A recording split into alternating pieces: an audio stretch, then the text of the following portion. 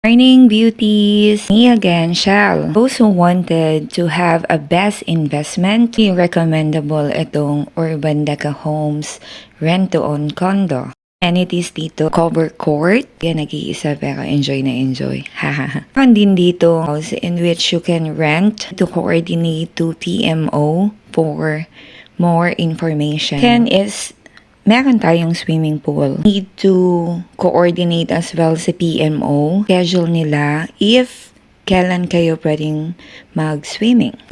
Today nga, merong family dito. Actually, nakakahiyang mag-video pero I have to. Sige, enjoy lang. So, again, ito yung cover court. I-focus lang natin.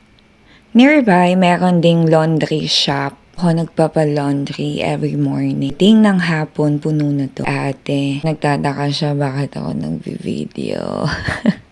Napaka-helpful nitong laundry shop na to. Kasi pagbaba ko ng condo, nandiyan na yan agad.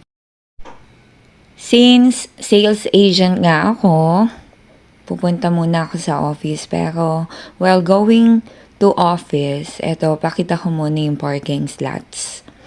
Marami pang open na parking slots. Napaka-affordable dito kasi 2 slots if approve kayo ng Pag-ibig or gusto mo namang mag-bank financing. In-house, pwede naman. For Pag-ibig financing, 2 slots, 7,000. So, yakang-yaka yan. Super affordable. Kung iparent yan, marami dito naghahanap ng rentables for a month. So, depende na lang sa pag-uusap nyo magkano yung ipaparent mo. Gusto ko lang ipakita yung sa security house or area namin, napaka-secured kasi 24/7 meron siyang nearby Deca Mall. Yan, pagbaba mo lang din or paglabas mo mismo ng Urban Deca condominium, nandiyan ang Deca Mall. O may hypermarket wherein you can buy your everyday store. Mali pala, hindi pala dyan yun. Ha! Stop ko naman, pumunta ako dito sa model unit.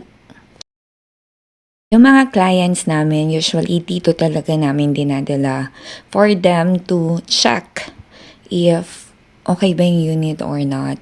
So, dito natin makikita yung lawak ng unit or designs na pwede mong gayahin. We have bank financing, Pag-ibig financing, and in-house financing. Once approved, pwede na kayong